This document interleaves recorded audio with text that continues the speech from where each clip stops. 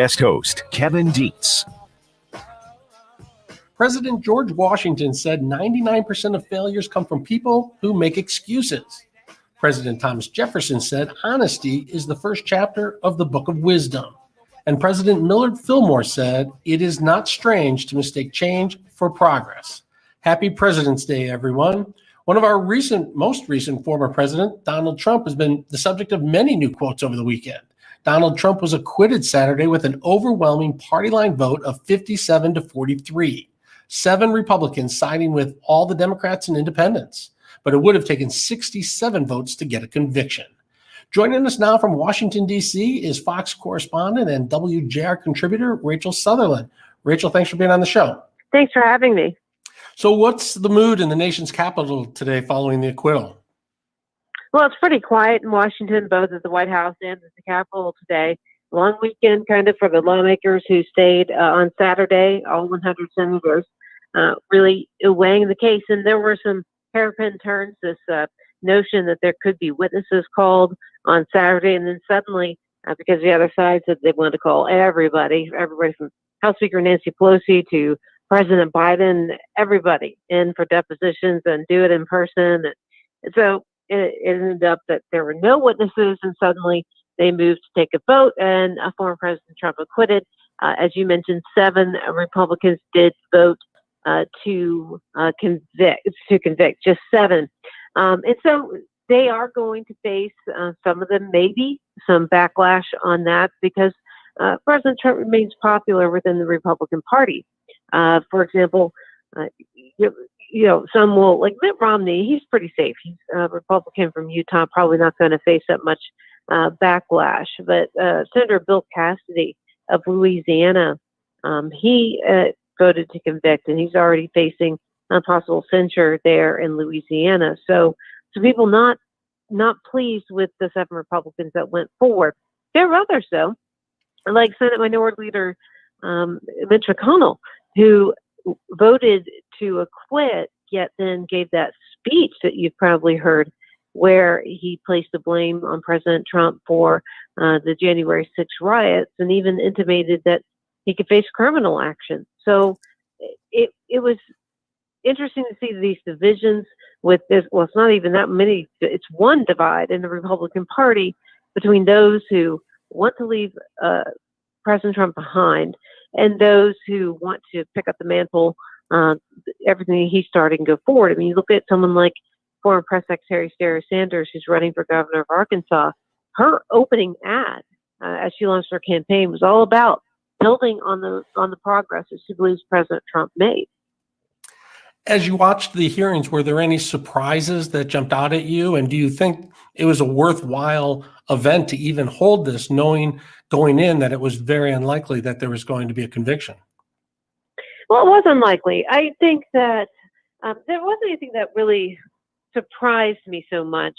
I think that the impeachment managers did their best to make a compelling case. The only thing that may have surprised me is that the former president's defense attorneys at times seemed a little unprepared, like they didn't care that much.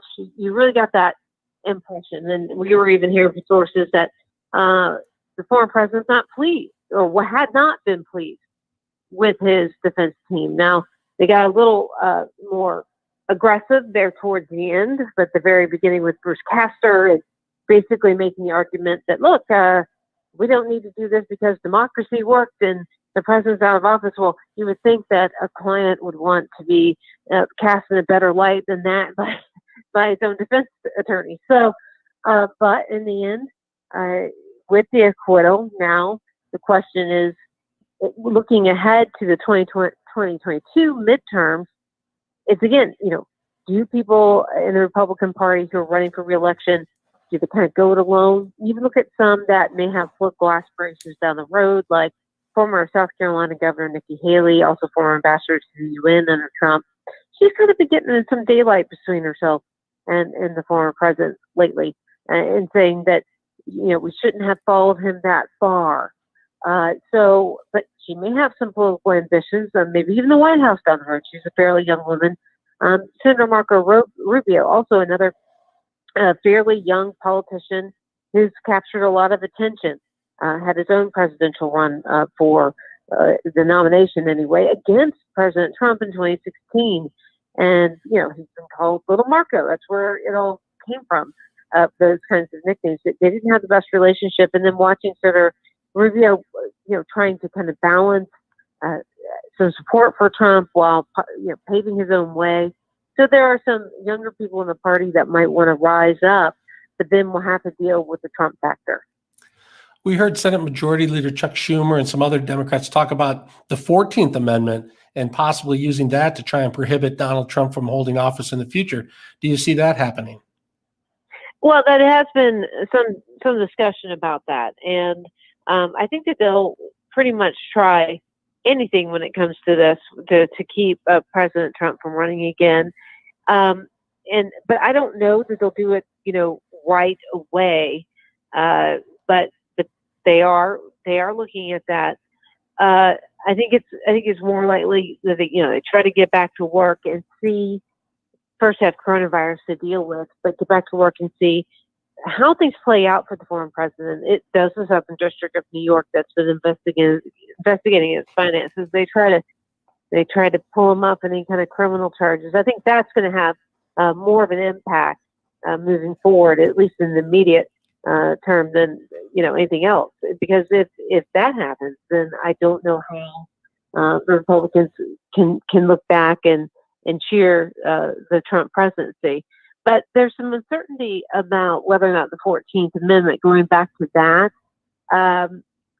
there's some certainty as to whether or not you can apply parts of that to a former president. And it does talk about senators, electors, representatives, but the presidency not immediately stated. So if Democrats are going to try the 14th Amendment, it would probably face a court challenge, and then we'll go to the Supreme Court to have that settled. All right, Rachel Sutherland, thanks for joining us today. We appreciate your time. Thank you. Your calls are next after the break. The call-in number is 1-800-859-0957, 1-800-859-0WJR. Right now, let's take a quick break and check traffic with Michael Stetz.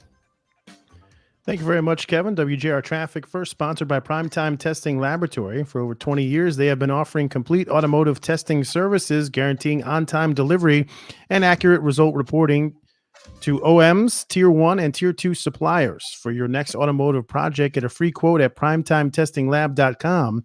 That's primetimetestinglab.com. In Wayne County, an accident on 94 westbound before 96 that's blocking the left lane. Traffic stop and go from 75. In Oakland County, some good news. That incident from earlier on 696 eastbound after the Lodge, that is now cleared.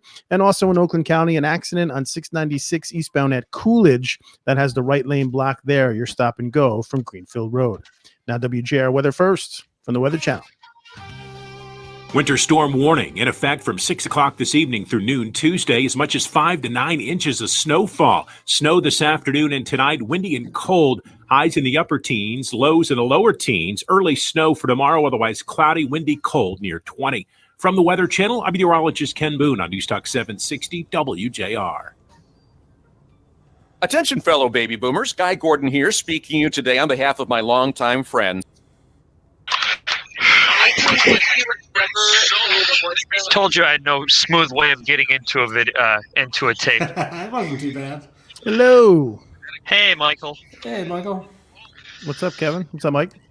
How Hey, you Mike. doing? Hold on. Sorry. That was my phone ringing on my computer. Did you hear that? No, I didn't. Oh, good. Yeah, my phone, because of everything's linked with my Mac and iTunes, whatever, my phone will ring on my computer. Right, on the rotary girders. You know, the 220, 221, whatever it takes. You're doing Tommy Boy, right? On the Yeah, rotary that's what it girder clip. Right. Checking Off out the top of my- specs on this. Off the top of my head, I'm glad you knew what I was talking about. Patrick, thanks for always finding us whenever we pop up on here.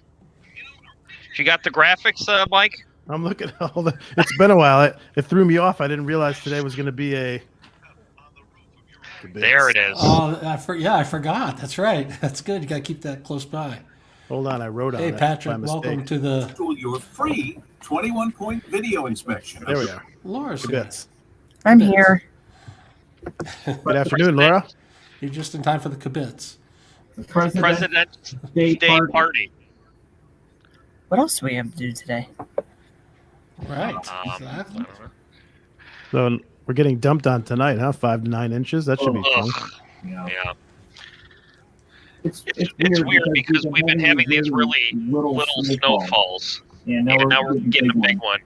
Yeah, I was always wondering when the dam was going to break, so to speak. Right. Well, Well, January was so easy. Yeah, It's It's like, like, oh, oh, well, you got away with one. yeah. I shoveled before just to kind of get ready, so I didn't have to like double up. Yeah. Yeah. But Oh, Call that pre-treating.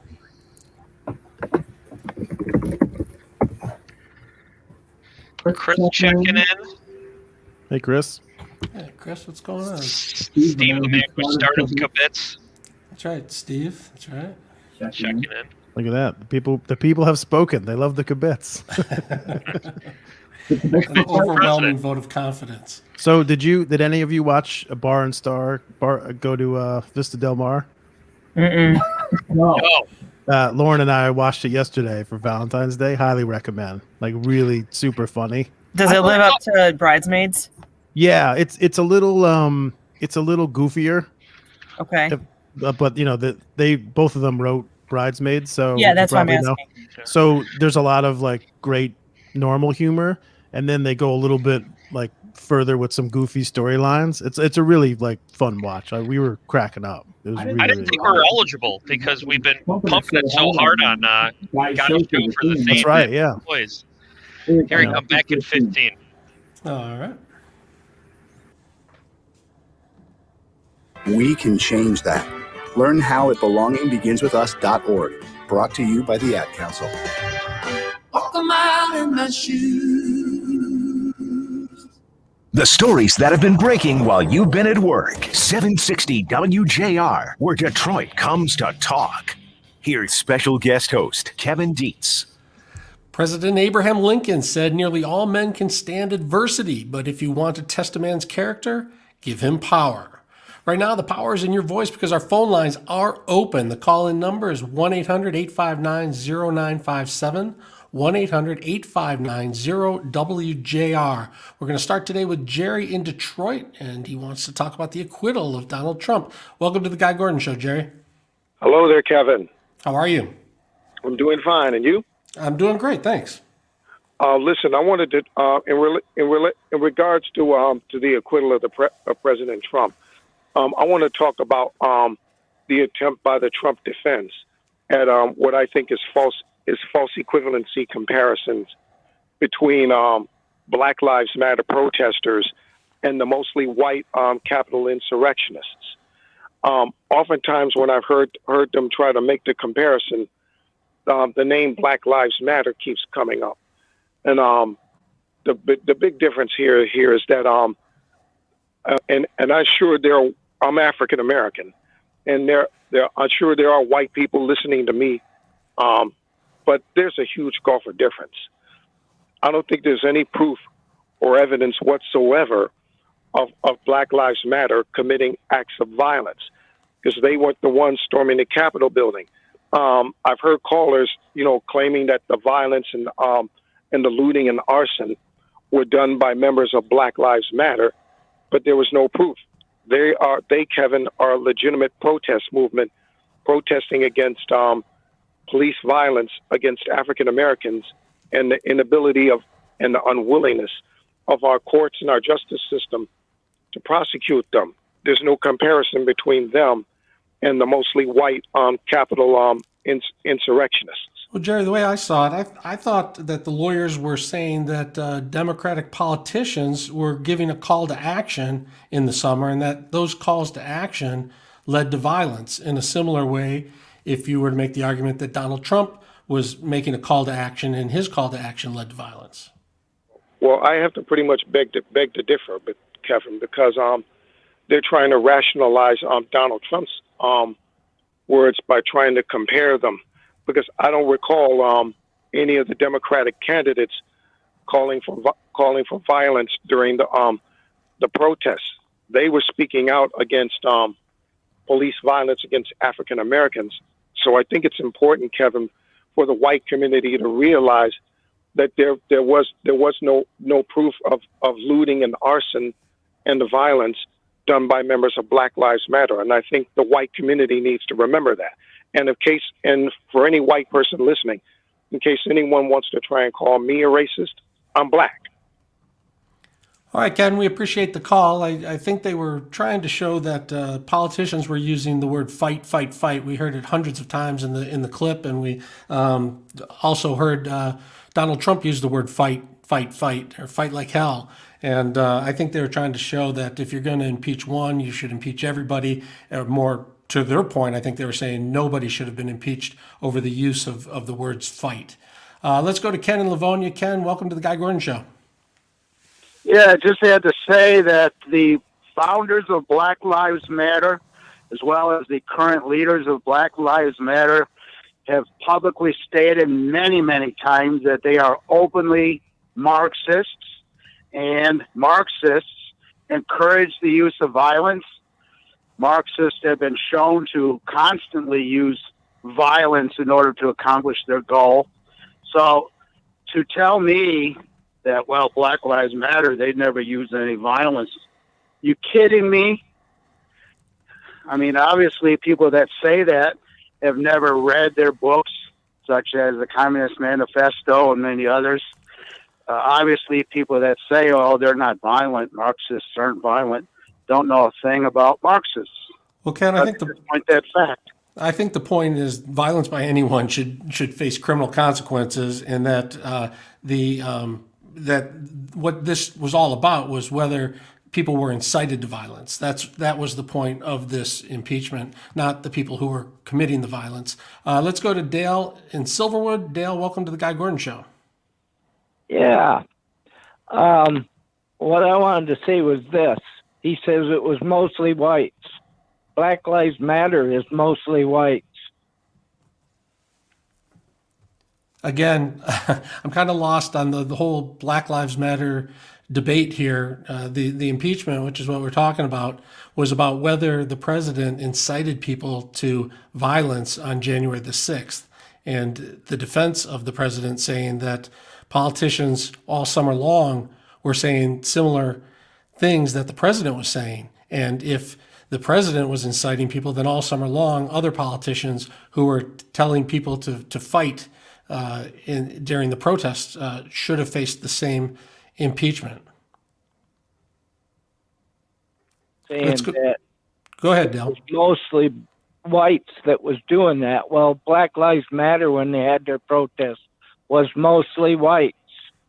Okay. All right. Well, thanks for calling. Let's check in with Jim in New Baltimore. Jim, welcome to the Guy Gordon Show. Hello, sir. Thank you for taking my call. You bet. It's pretty bothersome to think that, you got left, you got right. No one's going to budge. I agree with what you say, and I think there's a witch hunt here. I think they're going to keep trying to do something to this guy. I think I don't know what he's got on him, but there must be something. But what bothers me is this whole normalcy of a double standard. I haven't listened. I started listening to the show again. I turned it on today and I caught your guest speaker, and it troublesome that it seems like the things that the Democrats are doing in the name of justice are just as bad as anything or worse than any of the Republicans do, and that they accuse the Republicans of. It's just, these double standards have got to go. I mean, Kamala Harris was posting bail money for rioters. I mean, come on. And now she's the vice president, but that's okay. I mean, nobody in the Democratic Party ever once denounced the violence all summer long until it became a matter of importance to the election. Then all of a sudden in October, you started hearing Biden and everybody saying, well, violence is not the answer. After the damage was done, after federal buildings and statues were destroyed, nobody cared about the police officers or the civilians who died and were injured during all those riots all summer. That's okay. I'm not condoning what happened at the Capitol. That was wrong too. But how do we know who did what? I mean, everything is so messed up. There's so much finger pointing, and nobody on either side of the aisle wants to be accountable for anything. All I know is for the past 4.5 years, there has been a mad witch hunt after this guy. The day he was sworn in, the newspapers said impeachment proceedings to begin. I mean, what is it about this guy that they are trying to do to him? What's going on? That's the big question. Yeah, well, the president ran on this idea of unity, and it was a little, tough to see an impeachment trial at all happen right away when the idea was to get after the pandemic and help the American people. But then they had the trial, and he was acquitted. And you'd like to think that they would immediately move on to something else, but and maybe the president is, but a lot of Democrats are jumping up right away saying, "Hey, no, we have to look into the 14th Amendment to see if we can keep Donald Trump from ever running again. We have to look at criminal charges now to see if we can continue to go after him." I'm not sure what the fascination is with Donald Trump, or if they just believe that what happened on January 6th was definitely his fault and he definitely needs to face charges for it. But you're right, we're not really seeing any movement towards moving on. It looks like the continuation of going after Donald Trump is going to continue into the future. Thanks for calling, Jim. Let's check in with Paul in Brighton. Paul, thanks for being on the Guy Gordon Show. Well, I'm not ready to move on when there's been an attack on our country, on the Capitol. The Constitution itself, where the Constitution is housed, the original Constitution is there. It was a direct attack. Now, incitement is a matter by law of specifics, and one of the impeachment managers brought that up.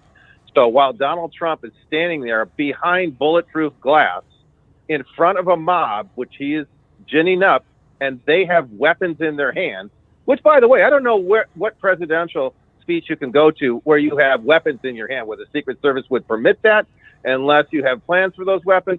And then he tells them, we're going to the Capitol with your weapons in hand. I'm going to go with you with your weapons in hand, but I'm not going to go. I'm going to go back to the White House, where, by the way, after the attack happened, Mike Pence, Vice President Pence, and Nancy Pelosi were whisked away to a secure location. Why wasn't Donald Trump whisked away to a secure location? Could it be maybe that the mob was doing his bidding and he knew they weren't coming to the White House, which is only blocks away? Now, that's not very far, considering when you think on 9/11, when we had planes crashing in New York and in Washington, D.C., and George W. Bush was reading a book in Florida, they whisked him away to a secure location, didn't they? Well, the White House is fenced off. There was no way to walk from the Capitol over to the White House. But your point is that you believe that although he was acquitted here in this impeachment trial, you think that he would not fare as well with criminal charges. He wouldn't fare as well at all. As a matter of fact, many people have said, it's not my words, that if it would have been a secret ballot, which, by the way, is what a jury would be. Essentially, the jury, unless one of the attorneys polls the jury, the jury itself is a secret ballot. It has to be unanimous, so it's not really a matter of, it's not something like you have to ask. But in jury trials, often the jury is polled to see if they really did vote the way they did. But yeah, many people say if it were a secret ballot, a secret vote, that Trump would have easily been convicted. Those are not my words. All right, we got to take a quick break. The call-in number is 1-800-859-0957, 1-800-859-0WJR. Right now, let's check in with traffic with Michael Stetz.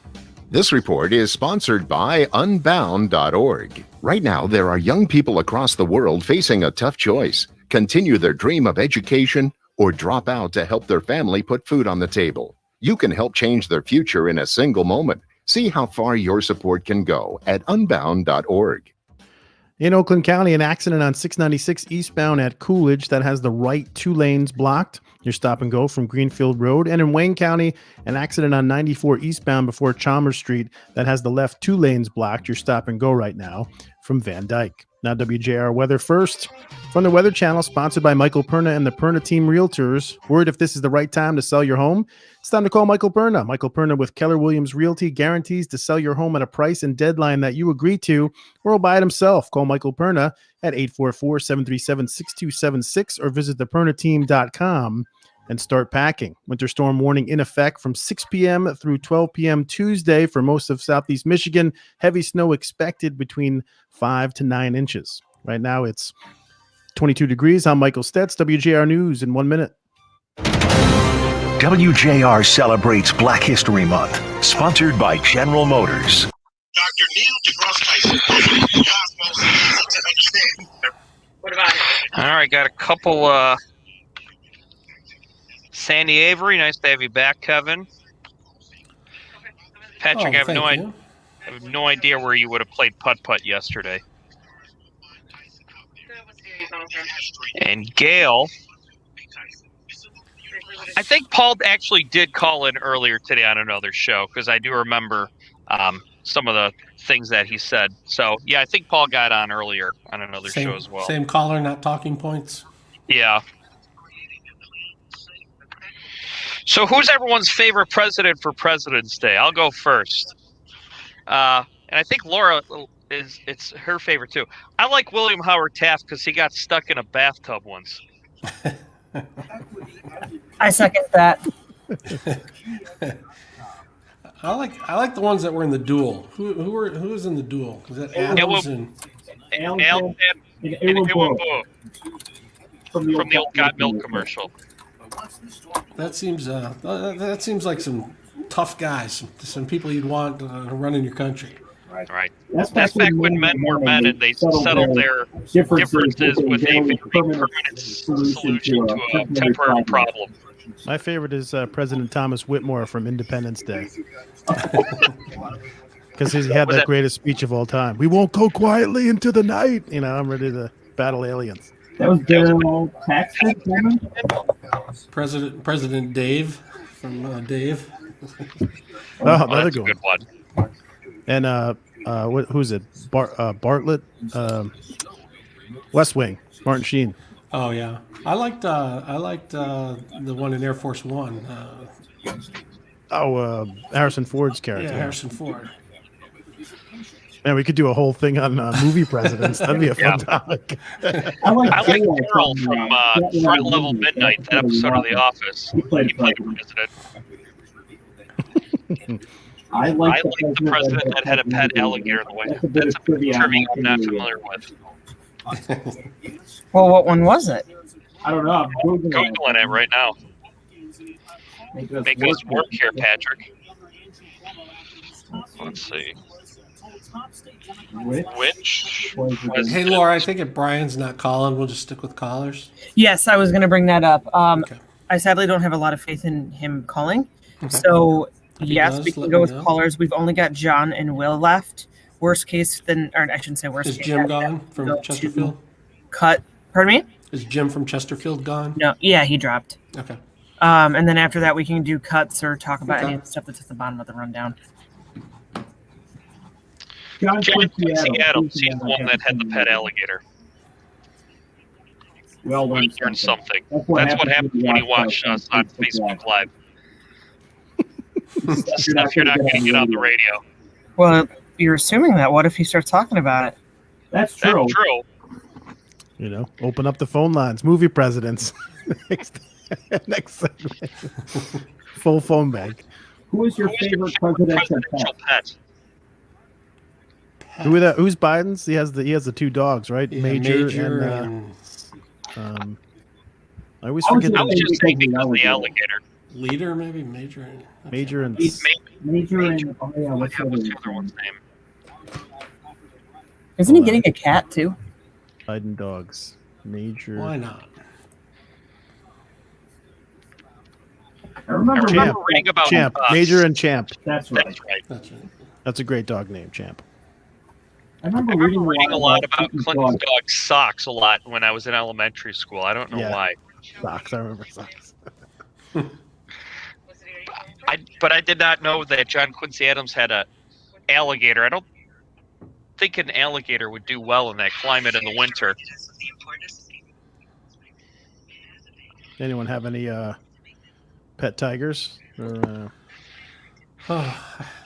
Those all those exotic animals they used to keep. right? Maybe they hooked up Carol Baskin's got They a mixed couple the more. liger. They mixed the lion and the tiger. And, President Siegfried and Roy.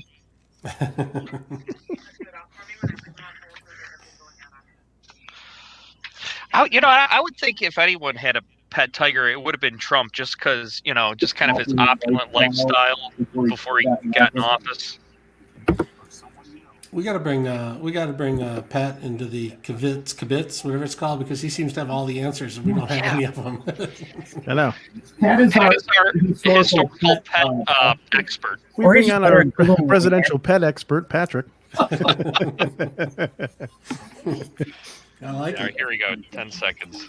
And we've got no Brian yet. Does any president have a pet parrot? That's what I want to know, Patrick. Learn more at donorschoose.org.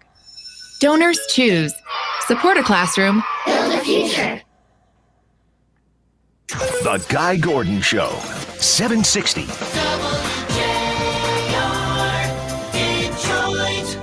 Here's special guest host Kevin Dietz. President Franklin D. Roosevelt said the only thing we have to fear is fear itself. And right now we're going to go back to the phones where John has been hanging on the line from Ontario. John, welcome to the Guy Gordon Show. Yeah, how you doing, Guy? This is Kevin. I'm filling in for Guy today, but welcome to the show. Sorry, Kevin. No problem. My apologies. No problem. Yeah, I'd like to comment on the last caller you had there about saying that the Trump supporters in front of Donald Trump were armed. That's an absolutely ridiculous comment that he made. There was no such thing as Trump supporters standing there with rifles and pistols cheering on Donald Trump. At the rally, no, there was all kinds of security to be able to get into that event. It would be nearly impossible. So why would somebody make that false claim and then just incite more lies and stuff like that?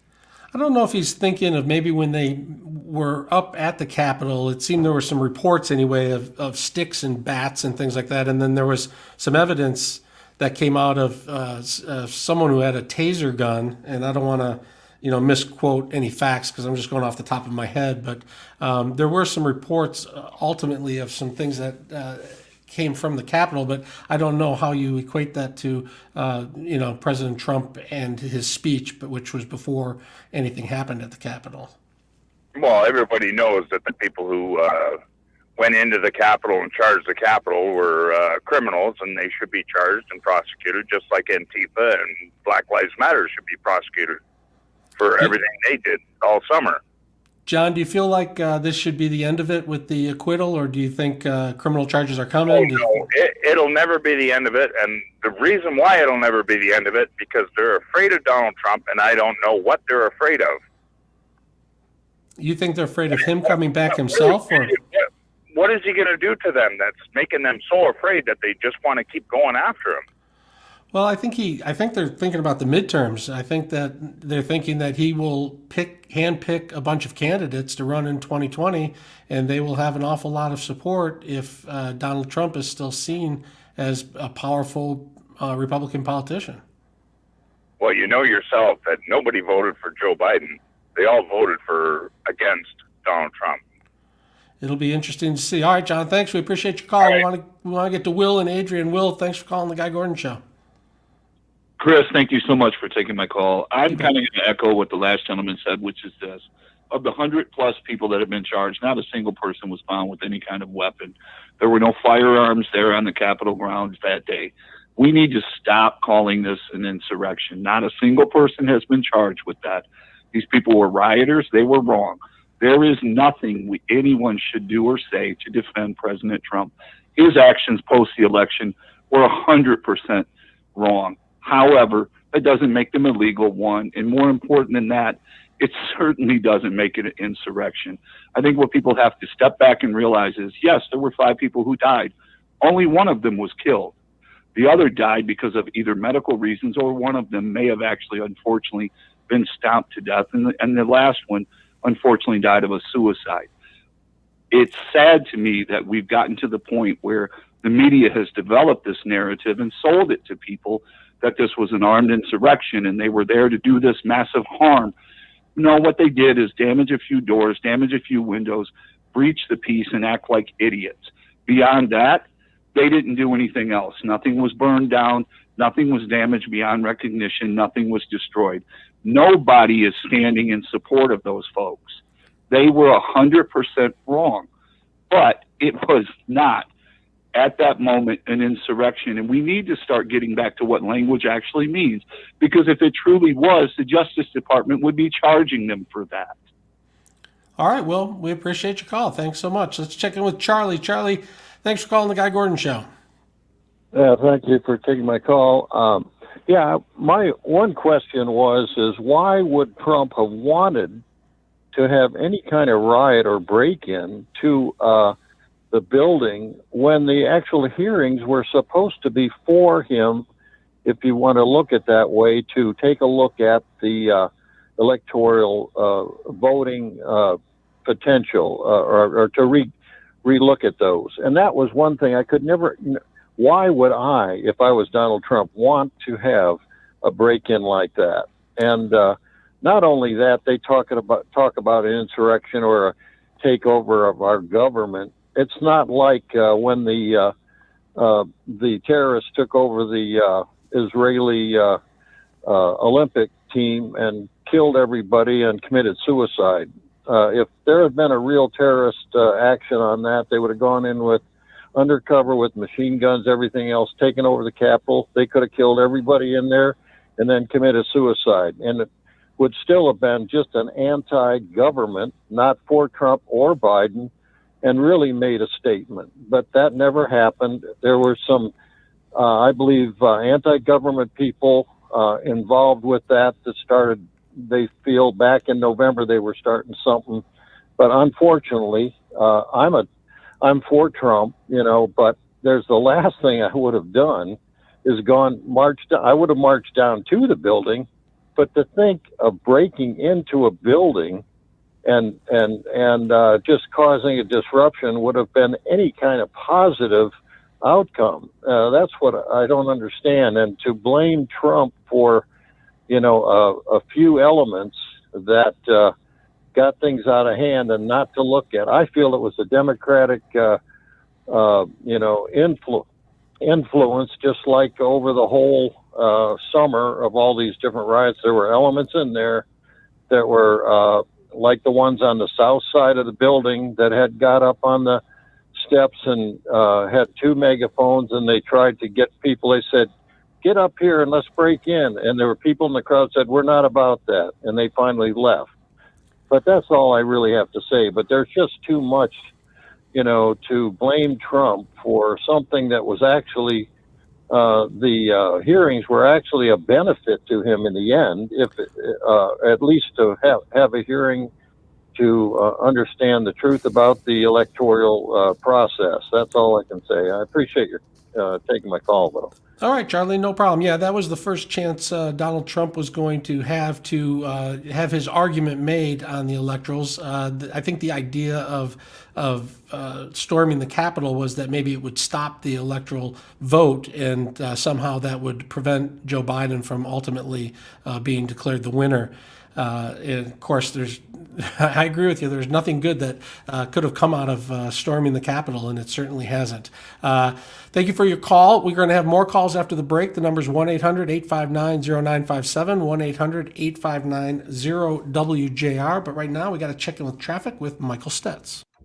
This report is sponsored by Smart Mouth, the only 24-hour mouthwash with twice daily use. Stay fresh out there with Smart Mouth Mouthwash, the only mouthwash that provides 24 hours of fresh breath with twice daily use. So whatever the day may bring, you can stay sunny with a side of fresh. Grab a bottle today. Available wherever mouthwash is sold or visit smartmouth.com. In Wayne County, an accident on 94 eastbound before Chalmers Street that has the left 2 lanes blocked right now. You're stop and go from Van Dyke. And in Oakland County, some good news. That incident from earlier on 696 eastbound at Coolidge, that is now clear. Traffic still moving a little bit slowly from Southfield Road. Now WJR weather first from the Weather Channel, sponsored by Gordon Chevrolet. Gordon Chevrolet, where buying a car is fun, fast, and friendly. No advertised fake lowball prices, just great service and great pricing. Come home to Gordon Chevrolet on Ford Road, just west of Merriman and Garden City. GordonChevrolet.com. Gordon Chevrolet, find new roads. Snow this afternoon, tonight tapering off early Tuesday, as much as 5 to 9 inches of total snowfall possible. We have a winter storm warning in effect from 6 o'clock this evening through noon Tuesday. Windy and cold out here this afternoon, mid-upper teens. From the Weather Channel, I'm meteorologist Ken Boone on News Talk 760 WJR. You know, I'm not a big-time bettor. I don't bet large amounts of money on. I am going to lose my mind with some of these callers, Kevin. How they just broke a few doors and made fools of themselves. No, they interfered with, in fact, the way the government operates, and tried to decide an election. I mean, come on. It's wildly serious what happened, and there need to be really serious consequences. They called you a bunch of different names other than Kevin. There was one guy called you Guy, another guy called you Chris. Yeah, that's all right. I'm finally just saying thank you. I'm no longer corrective. Chris is fine, especially if way to go, incognito. Right. Oh, look, Patrick, more presidential. I love it. Someone's got to That's put great. Patrick for next President's Day. Tiger cubs and one had a raccoon. This is great stuff, Patrick. Where did they keep them? Good question. I would think they kept the raccoon in the garbage can. That's where they live. Did they take breaks there? Like, hey guys, meet me over at the president's private zoo. We have a meeting. we can discuss foreign policy, and you could look at my tiger cubs. Nice. I hear Old Hickory had a python, but that could just be a rumor. Wow. 19 presidents had birds. Washington had a parrot. Who knew? Yes, Patrick delivers again. I would think that a parrot would be like bad for national secrets. You're sitting there talking to clear codes, and all of a sudden it's like, 62741. 19 presidents. Washington had a parrot. Did he teach him how to talk?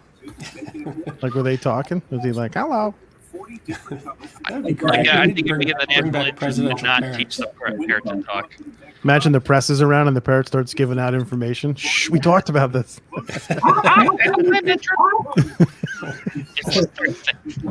That's classified. It's classified. You can't say that. Classified. Donald Trump's parent called to testify over the weekend, but they decided not to call. Hey, Darren. Jeff, people keep asking me about Well done, Patrick. keep hearing the same issue with back pain, arthritis, neuropathy, sciatica, post-surgical pain. All right, so I want them to hear. no more Brian's. We're going back to calls here, I'm guessing. Yeah. Of course we can, Darren. I'm state-of-the-art, FDA approved. Well, we do have those cuts too, if you wanted to use them. Yeah, we'll. We want to sprinkle them in. If you're in pain, give us a call. Your consultation and first treatment, totally free. So they have nothing to lose, correct? Nothing to lose but Is that DMAC? Is that the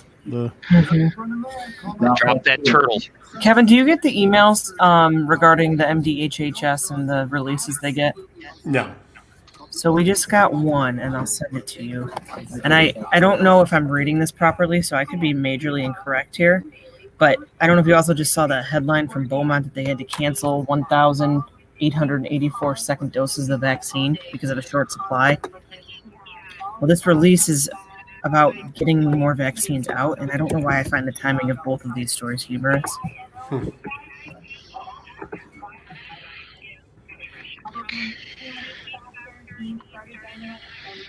Yeah, it's got to be extremely frustrating trying to get a vaccine right now. I mean, I looked up the. Did you go on the website, Mike, to find out like how long it would take and how many people are in front of you?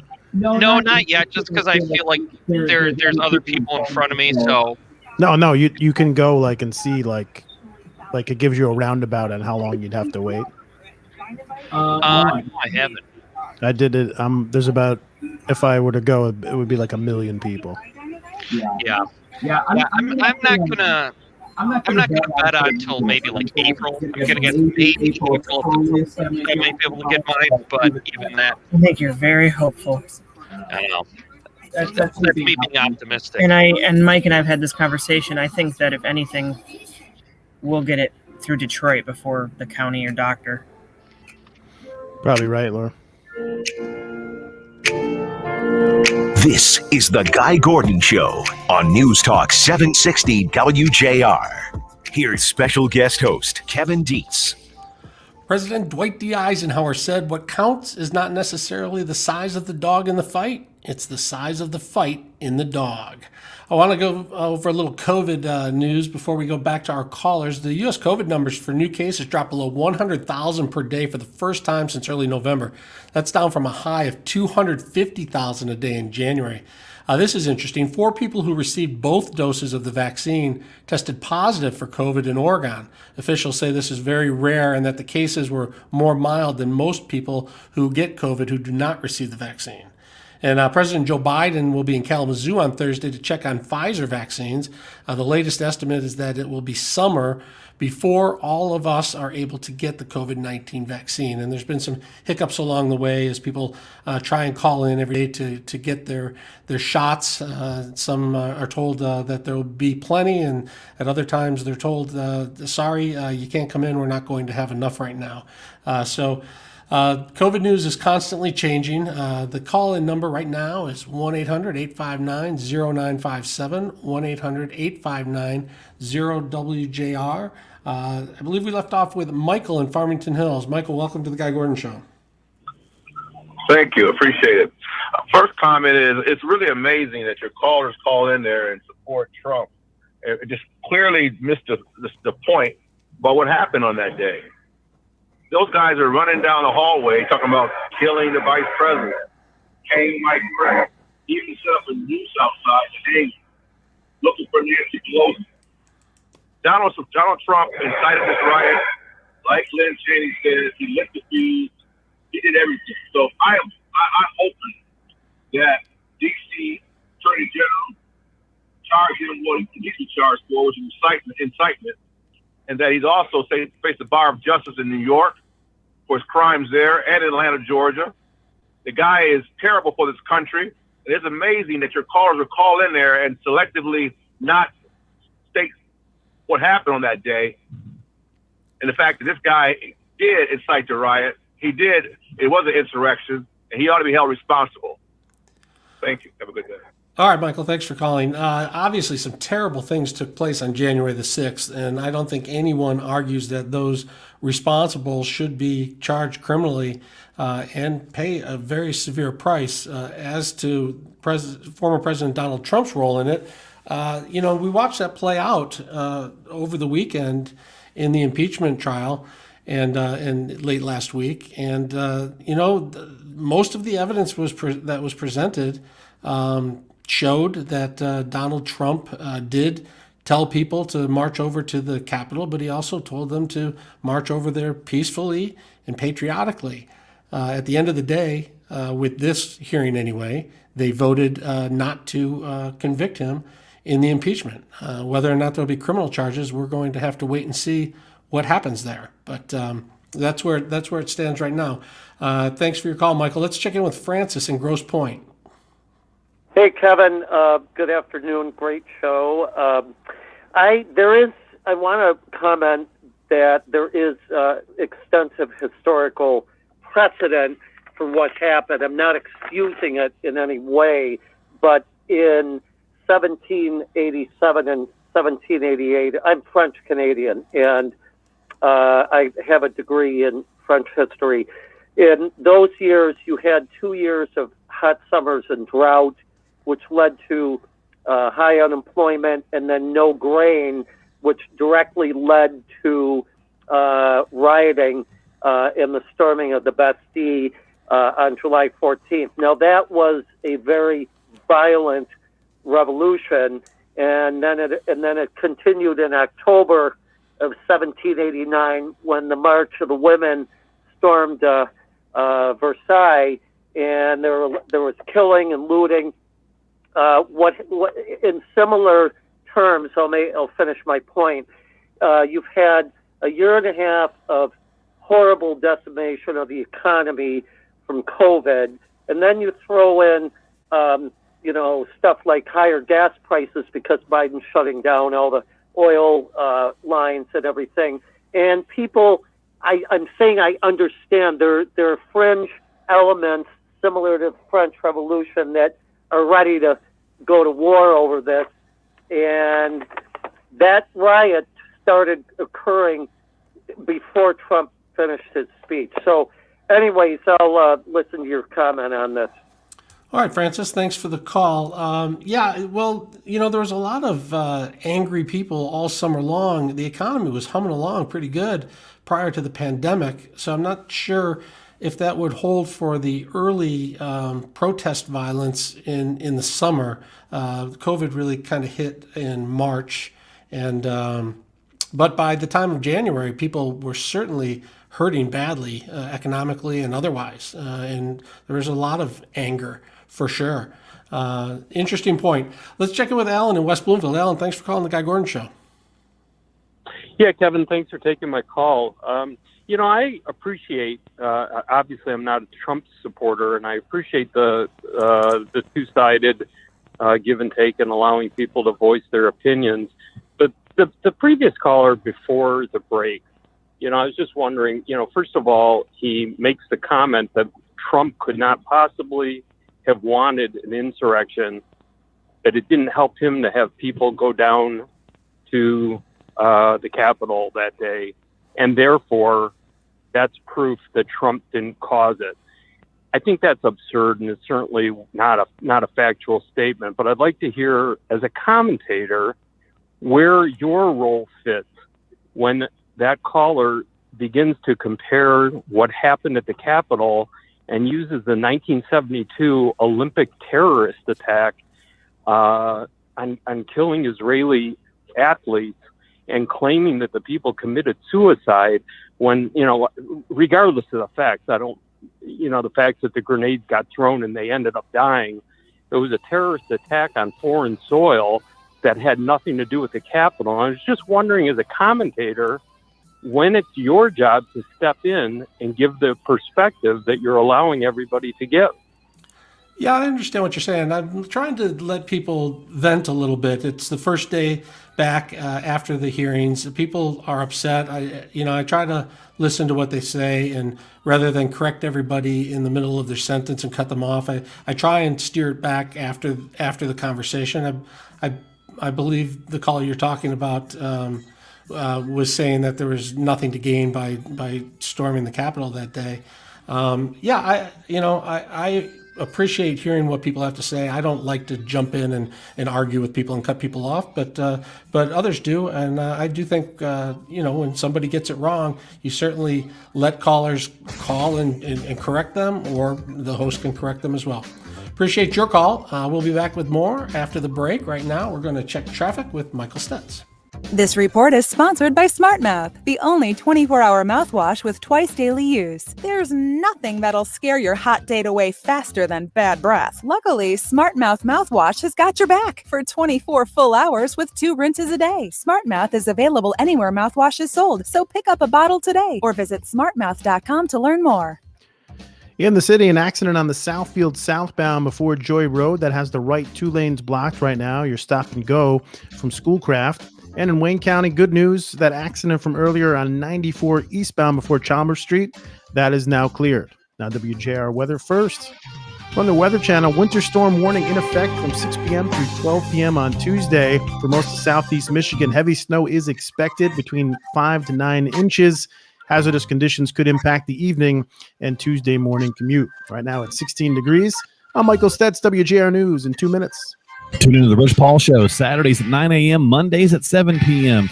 This week we'll be talking about the guessing game. Well, it looks like Kevin had enough. He's out.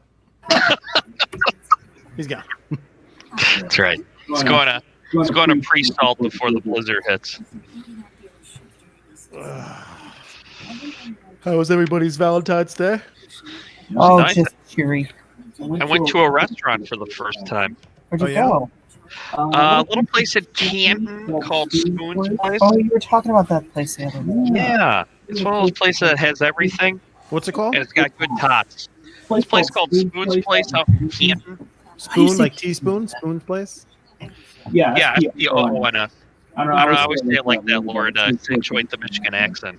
Lauren and I got takeout from Clausen's Steakhouse. Oh, that's a classic We spot. debated going there, but I vetoed it. Yeah, we're not too keen on in dining right now. So Yeah. got to go. Heated it up in the oven. Came out perfect. Yeah, And we got a Bill Knapp's chocolate cake for dessert. Can't go wrong with Bill Knapp's. I mean, this Valentine's Day was easy because, hey, let's do something that we haven't done in a while. Okay, let's go to a restaurant. Boom. Did you go? We did. Wow. And Yeah, 25% capacity. We were very much spaced out. Everyone seemed to be adhering to the guidelines, so I actually felt pretty comfortable there. But it was a larger plate, so they're able to space us even more so. But yeah, there's like two of us in that part of the dining room, and we were at opposite corners. So it was fun. That's cool. You take stuff like that for granted just because we used to be able to just do it anytime we wanted. For sure. Yeah, looking at the menu now, it looks like a cool spot, Mike. Yeah, it has like everything, and everything's really good. I mean, it's not fancy, but everything there is just really quality.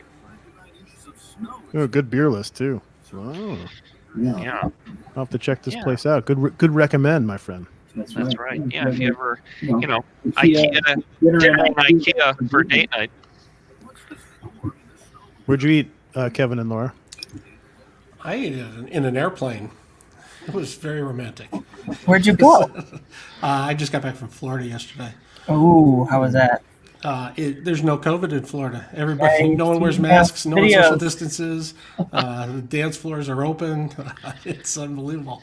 That boat parade in Tampa, while a little bigger crowd than most, really all of Florida looks pretty much like that. People have a mask in their hand and they wear it like, when they walk to a restroom in the restaurant, but nobody wears it anywhere walking around. It was unbelievably wide open down there. So you're telling us you're a daredevil, basically.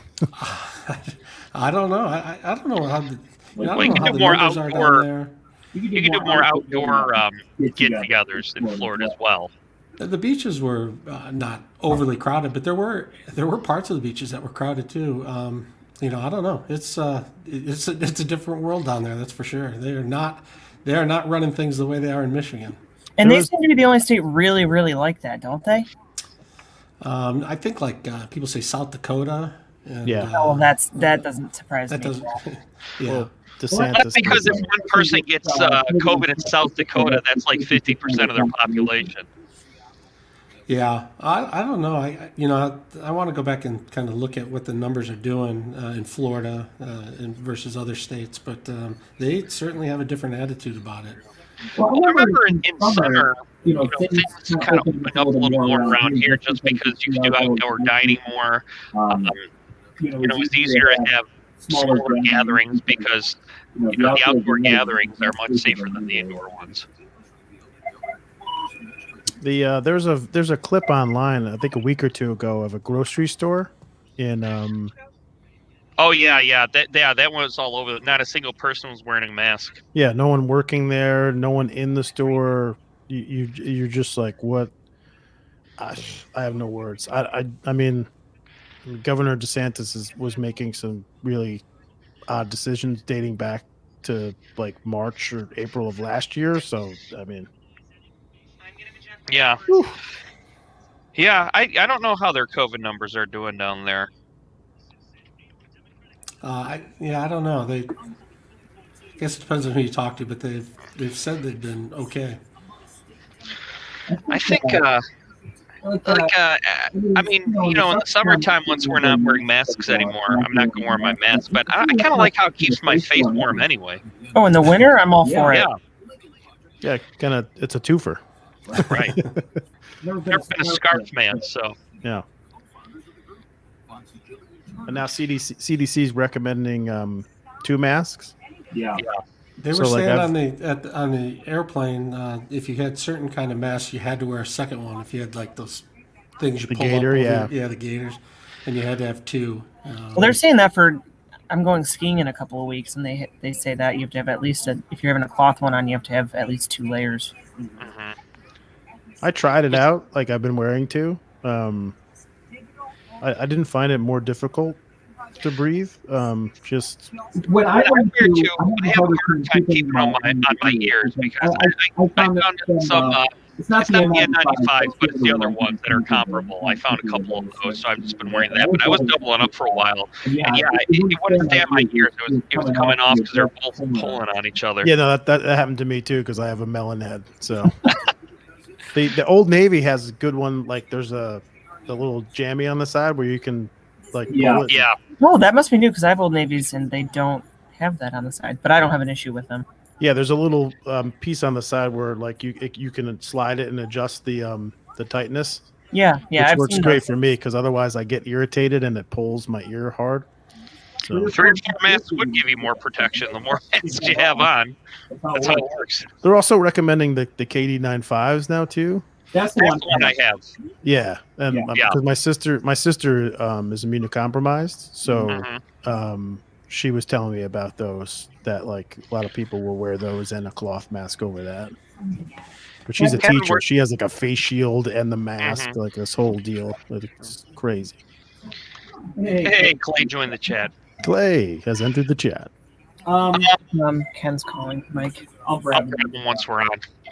And Kenny. Jonathan is there, Kevin. Okay. Was the airport a ghost town for you, Kev? I would imagine air travel a little easier. It was packed. Oh, really? It was a massive plane going down, and it was packed. I couldn't believe it. Wow. See, you're not one of the first people I've heard say anything really. I shouldn't say poor because that's not uncommon to have a full plane, but everyone that I've heard has had good experiences. Oh, it was fine. I mean, coming back, there was the middle seats were left open, and maybe going down they were filled because the people were flying together. Maybe it was families, but there wasn't an obvious open seat. But it was a very big plane, and it was very full. It looked like a normal flight. .org.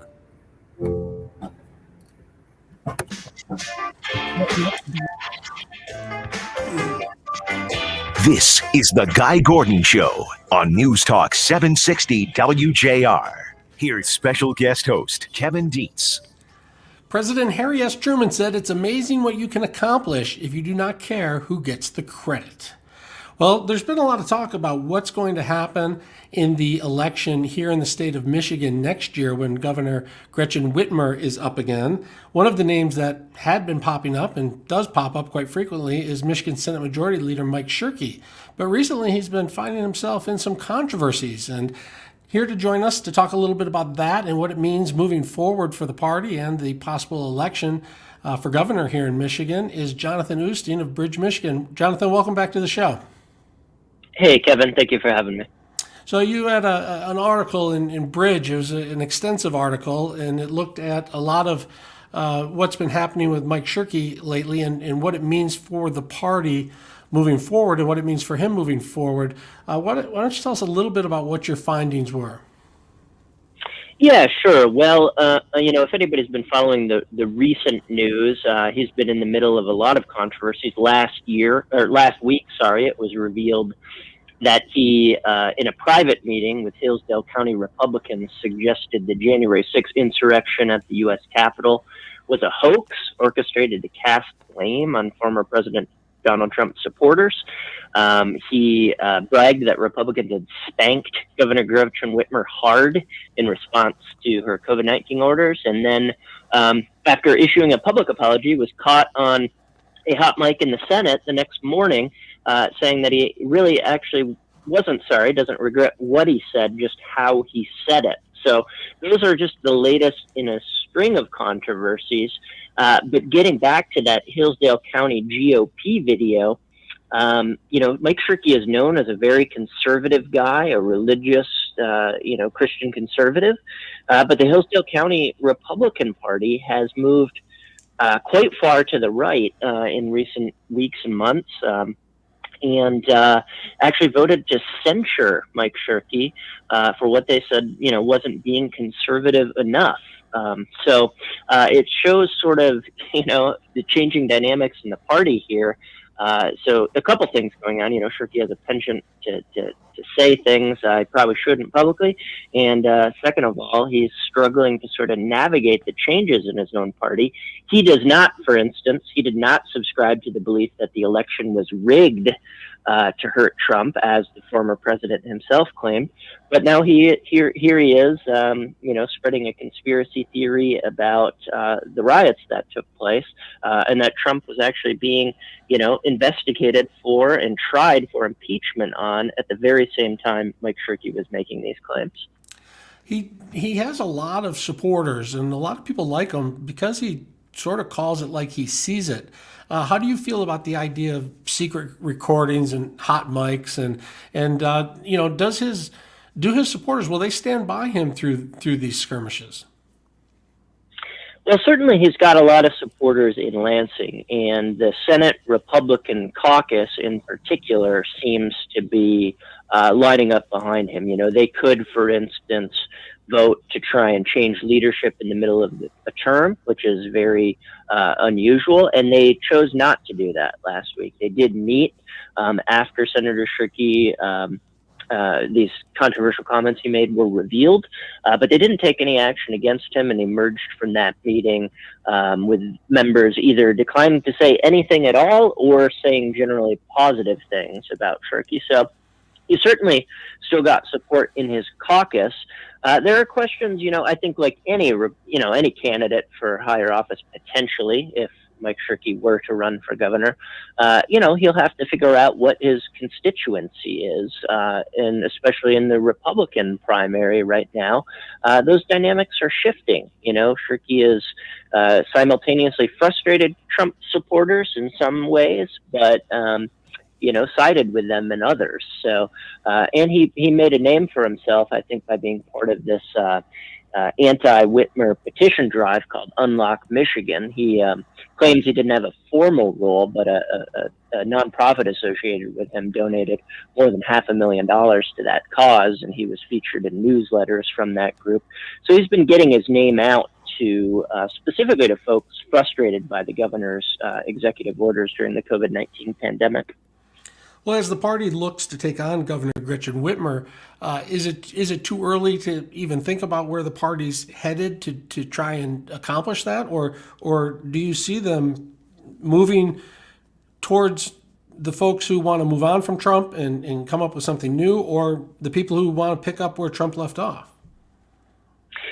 Well, that's an open question. The Michigan Republican Party this month did elect new party leadership, so a new chairman, a new co-chair. The chair, Ron Weiser, is more of a traditional Republican, but he surrounded himself, and Republicans elected a lot of other strong Trump supporters to the state party. So Michonne Maddock, who's now the co-chair of the Michigan Republican Party, she was very much a part of that Stop the Steal movement that spread these claims from Trump that the election was somehow rigged, claims, by the way, that haven't stood up in any court to date.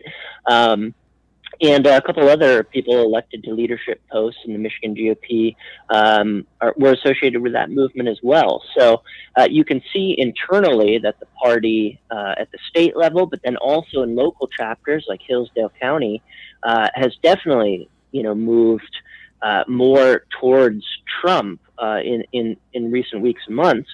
That said, with a race like governor, I mean, the party generally wouldn't pick or endorse someone in the primary. That would be an open question for primary voters. But Chair Ron Weiser right now has a job cut out for him trying to encourage some high-profile candidates, a la Mike Shirky, to get in the race, because Whitmer has built a very large campaign war chest. She has about $3.5 million on hand already. And despite the controversy over COVID-19 orders, she's pulled pretty well in terms of popularity for a sitting governor. Yeah, with $3.5 million in the war chest, it seems Republicans are going to have to get on the same page prior to trying to take over the governor's office here in Michigan. Jonathan Newstein, we appreciate it. We appreciate your work at Bridge Michigan, and you can find his story right there, bridgemichigan.com. Thanks for joining us. Thanks, Kevin. All right, we're going to take a quick break and check on traffic with Michael Stetz. WJR Traffic First, sponsored by Michael Perna and the Perna Team Realtors. Worried if this is the right time to sell your home?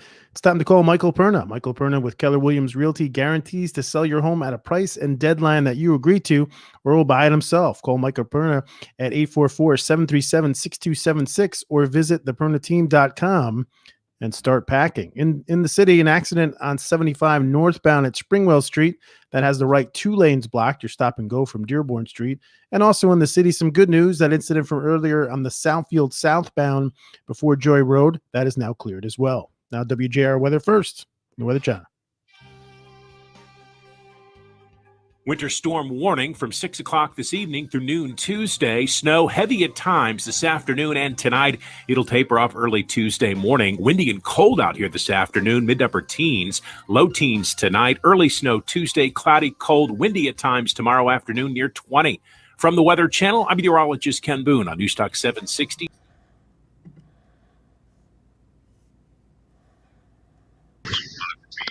Now Stets has had enough. I realized I didn't when I came out to do that pre-tape, I didn't bring my battery charger. I just brought the computer and I looked up. I'm like, ooh, that's getting pretty low. Oh yeah, I had to bring an extension cord in because when we used to do those 4-hour shows back in the summer, filling in for Mitch, that last half hour I'd be at like 5%, and it was like a race against time. I have 2 charges, and I just keep one here and one at home. Laura's the most prepared of all of us. Are you surprised? No. Having them is one thing. Actually, having them plugged in is another. The worst is when your phone's at like 5%, and then you go to bed and you forget to plug it in, so it's at 1%. I've never had that happen to me. Well, you've been blessed. I've had my watch accidentally not go on the charger properly, but I went through the actions, I thought. Wow. You charge it's one of those smartwatches. My Apple Watch. Yeah. I'm addicted to it. Yeah. So Laura, who's still on the line? Just August. Just August. For now, more will call. From top to bottom. Their expert roof technicians will also carefully examine. Nowadays, watches are more like step counters, really. Oh, I mean, I use this watch for work. I mean, I get all my text messages on it. So if I'm stepped away and I didn't have my phone on me, I know who's calling me or texting me, and if I need to hurry back to my phone or not. Right. Which is also a great way for Guy to bug me more than he needs to. Right. You can never get away. But even like when we do the radiothon in normal years, when you text me stuff, I don't have to look at my phone. I just look at my wrist like the time. Right. Maybe we'll do those again someday. Oh, I know. Podcast out on location. We were talking about how last year the radiothon was our last big hurrah. What's that? We said the radiothon last year was our last big hurrah. Right. This morning, everyone left StreamYard except Guy. Was this before or after or at the end of the show? That's the question. I'm not surprised at all. And I appreciate that about everyone else. When Guy's on StreamYard, by the time we come back in, he's already talking to somebody. So he doesn't stop. Yeah. Did I miss anything? Good? Oh, yeah. You You'll have to go back and watch the tape. You have to go back and watch the You tape. always miss something good. Right. I think Guy, and I don't know, Kevin, if you can relate, but I think Guy misses TV more than he lets on, and he uses this as his little outlet. Oh, this. Yeah. That's funny. This would be a terrible weeks to be locked out on the roof, though. So. You're where you should be. Exactly. Yeah. Have you ever done a broadcast with Kevin and not brought up the roof mic? No, never. No. But you know what? I didn't think about it until just now. We're progressing, Kevin. It's fair. It was 96% of all live shots were from the roof. I was like, this guy's exposing corruption. Let him inside. No, he got in his car a lot quicker that way. Exactly. That's right. You and ML used to have to race to the scoops. How many fist fights did you win against ML, and how many fist fights did he win against you? I used to laugh about those big fist fights and battles because I was at all of them, and I didn't really see them quite as big of battles as were reported. Like when Steve Wilson was pushed by Kwame's Secret Service, or I think ML was fighting Rat Tie. Oh yeah, I can see ML getting scrappy. Oh sure, he's got a long reach. This is the Guy Gordon Show on News Talk 760 WJR. Here's special guest host Kevin Dietz. President John F. Kennedy said one person can make a difference and everyone should try. The call-in number is 1-800-859-0957, 1-800-859-0WJR. You're listening to the Guy Gordon Show on this President's Day. We want to talk a little bit about the National Guard and thousands of Guard personnel that could remain in Washington, D.C. through the fall of 2021. An internal email that was received by a Fox station said that the Capitol Police were looking for support beyond March 12th.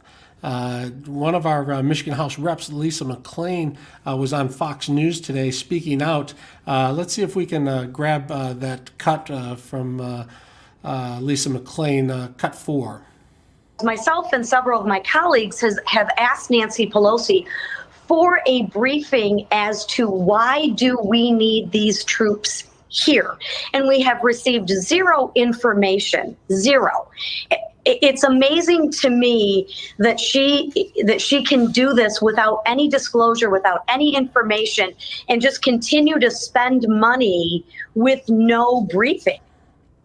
Yeah, this all happened after the storming of the Capitol on January the 6th, but Lisa McClain says it's not necessary anymore, that the threat is over, at least scale down, not scale up. Cut 5.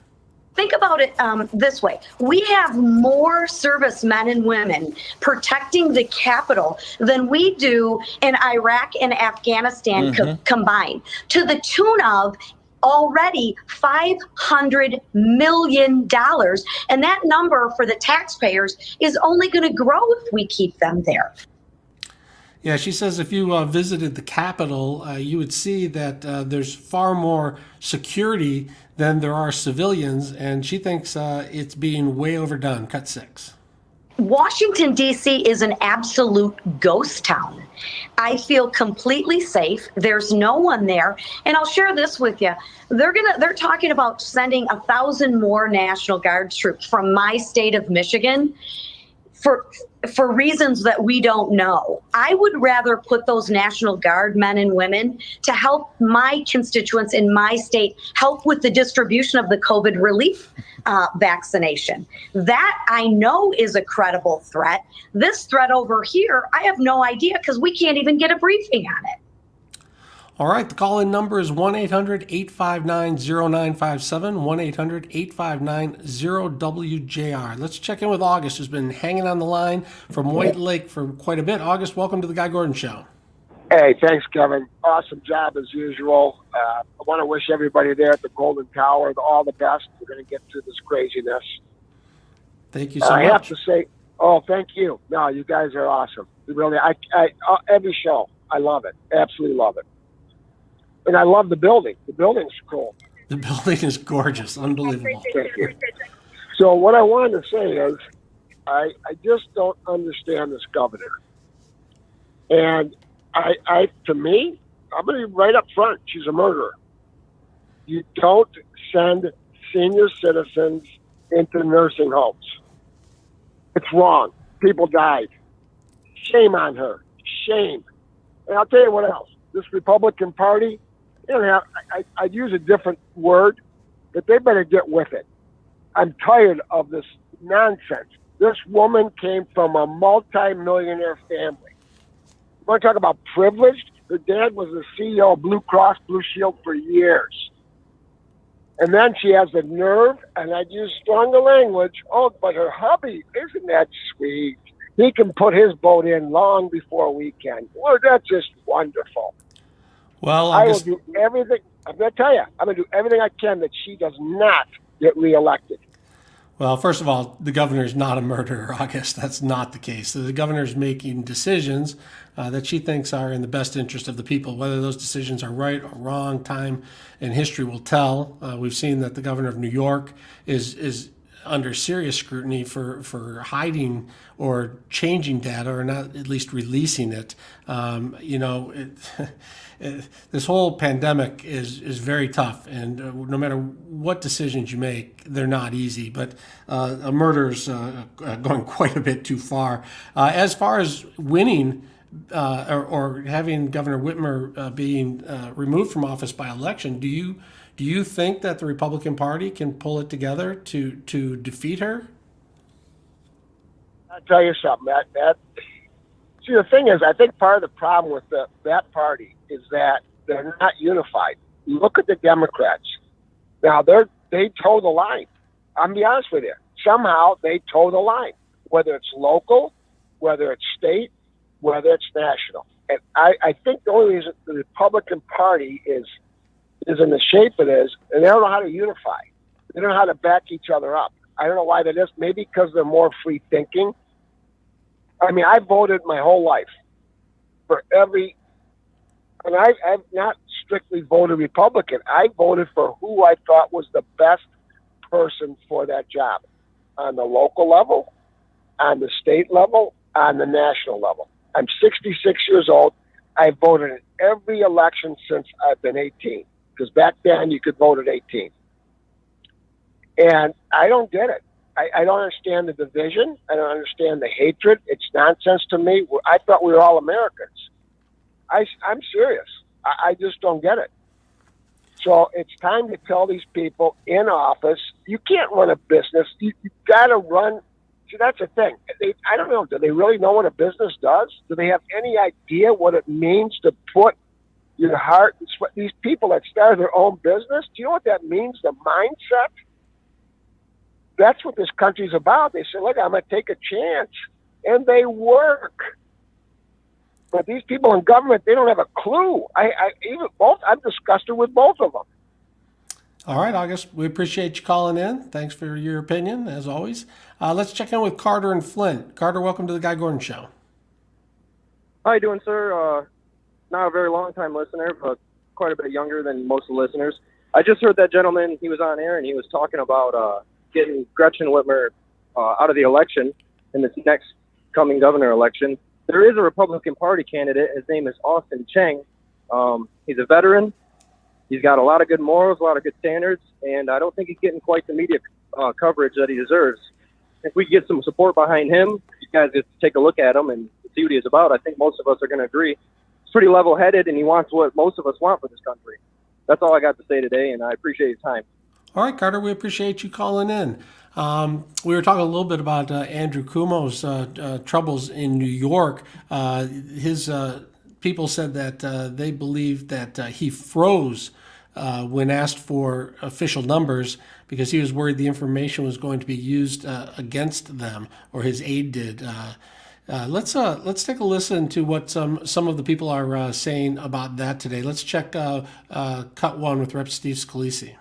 We've got to get to the bottom of this. We're not going to stop demanding answers. But look, the clock does not stop ticking because there were murders and deaths involved that should have never happened. And maybe tens over 10,000, definitely in the thousands. Governor Cuomo ought to just be transparent. And if he can't be transparent, he shouldn't be in that position. Yeah, a lot of people want to see what the reality is, what the real numbers are in New York and here in Michigan and in every state across the country. As we start to come out of this pandemic, people want to look back and find out what exactly did happen and what our leaders did about it. We're going to take a quick break and then come back. The number is 1-800-859-0957. And right now we're going to check traffic with Michael Stentz. This report is sponsored by SmartMouth, the only 24-hour mouthwash with twice daily use. If you talk to someone and they jump back because of your breath, you need SmartMouth, the 24-hour mouthwash. You want to turn heads, but not like that. SmartMouth is the only mouthwash that can provide 24-hour fresh breath when used twice a day. Pick up a bottle of SmartMouth today or visit smartmouth.com.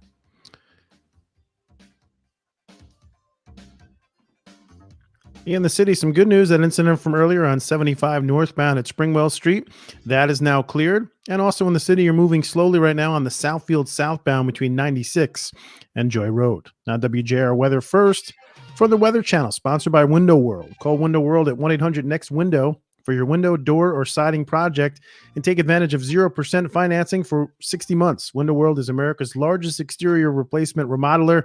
Call 1-800-NEXT-WINDOW or visit windowworlddetroit.com for a free in-home or virtual quote. Winter storm warning in effect. The majority of southeast Michigan from 6 p.m. through 12 p.m. Tuesday. Heavy snow expected between 5 to 9 inches. Right now it's 16 degrees. I'm Michael Stetz, WJR News in 1 minute.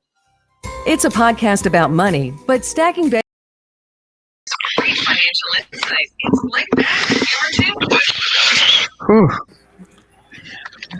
Let's see here. All right.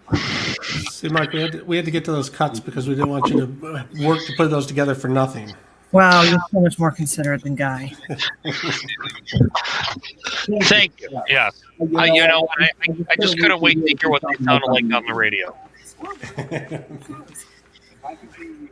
And we still got a couple more Cuomo cuts too if we need to go to them later on. Oh, I hope not. I don't think we'll have to.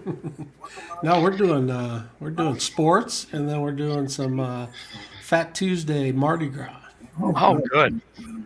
I don't think I'm getting a punchki this year. The only time I ever get a punchki is when someone brings one in. I know. I don't think Debbie Dingle's going to be making her appearance this year. And those lines are going to be ridiculous. I mean, even more so than they are. Maybe not, though, if we get all this snow. I got a punchki last year at the station at JR. I think I was working for Paul. Debbie usually brings them in, I thought. I think even last year, 2 years ago, she was here with them. Last year, I think they were brought in the day before from her staff. Someone brought in the Coney punchki Mm-hmm. a couple of years ago. It wasn't as disgusting as it sounds. Right. The glaze wasn't as sweet as we thought it was going to be. Jelly donut. You can put it on almost anything. It's a different type of jelly, though. I wish it was full of regular jelly. It's like flavored lard. Are we talking about punchkis now? Yeah. Mike got me a donut pan for Christmas, so I've been really into making donuts. Ooh. But it's a great idea. It's not a punchki though. Like I'm not going to be able to fill those. Plus, you have to use lard for punchkis, right? It's like a set thing. Like it's a. Let's ask Patrick. Patrick, can you get on that for us? Yeah. Patrick's our new show researcher. There he is. Patrick, He I'm loves part Fat Polish Tuesday. too, my man. I am as well. So is Mike. Same. I'm 80%. Yeah. I have to say, since I love Fat Tuesday. Since moving to Detroit and Michigan, I'm here almost 7 years now. Wow. That's been one of the fun discoveries. Was like the first year I was working at JR, and I'm like, what's this punchki that everyone keeps talking about? And then I came in at like a daytime board shift, and there's like a stack of boxes of donuts by the, back. That's another thing I miss about the pandemic has killed all the free radio food that comes in from everywhere. Right. There was like punchkis from every side of town. Everybody was bringing in box. I was like, the Christmas food we get from Motor City Casino. Right. Yeah. I was like, oh, I can get behind this punchki day. Look at all this stuff. I like how telling everyone, my wife, like, I like how everyone cuts the punchki into quarters and takes one little sliver, and then they eat the rest, and then another donut. Right. You see all of them cut in half because they wanted to try it like a lemon or right. I went to Hamtramck one year too. I waited on the line with my wife, and it was well worth the wait. Crazy. Right. Punchkis are so hit or miss. Either they're really good or they're just like a bad punchki is just really bad. You can't get them just like cider. You can't get it at the grocery store. Unless you're Dave Rieger, then you can. He's not here to defend himself. He doesn't deserve defending on this. Yeah, that's true. He deserves to get pounded, whether he's here or not, for that. Oh, you just get him in the grocery store. Oh, is that something he said? Yeah. Yeah, and I think Stutz sent him over to me so that I could tell him Yeah. how wrong he is. Yeah, Laura was dunking on him hard last year when he said that. She was like, Well, "What?" if Dave was here, I would call him hates conies. Yeah, Dave hates everything. Oh, see, Patrick said that frontline workers are getting Debbie's punch keys this year. That sounds like something Ian that we would do. Thomas. Oh, that's awesome. Okay, that's fine. You guys are essential workers, no, just We not are. frontline. You're not punch key worthy. I mean, they could leave it, at the top of the 8th floor for everybody. Maybe. I mean, here's the deal. I'll cruise by a bakery, but I'm guessing the line's going to be out the door no matter where you go. I am going to. Yeah, I will check Donut Cutter. Donut Cutter on my way in, and we'll see what happens. But Is that the spot on Woodward? Mhm. I just need to not forget about that on my way in. So, Mike, don't let me forget, and I'll get you one. Don't you forget what? That I want to stop at. Okay. Donut Cutter. I'm going to set an alarm. Put my punch key alarm. I'm going to get that alert at 8 a.m. When is it? Next Tuesday? No, tomorrow. Tomorrow. Oh, it is. Oh, wow, snuck up on me. Get All your right. Fat Tuesday on, dude. All right, maybe I should zip over to Hamtramck now because tomorrow the lines. If you go the day before, you sneak in there. Right. I should just bring in a big thing of White Castle because you're supposed to just gorge on Fat Tuesday. Maybe you should just freeze some for a year and see if you pull it out like wedding cake in a year. And see Let how me it tell holds you. up. I ate the frozen wedding cake the year after. Oh my god, it's so gross. Me and Lauren had like 2 bites. I'm like, can we is this over now? Can we get stop rid of this now? Because our wedding cake was like phenomenal, and I was Yeah. like, this is so gross. Can I stop eating it? Yeah, we did not observe that tradition. I had a couple bites, and I was like, And join us live at 6 a.m. on Friday, February 26th.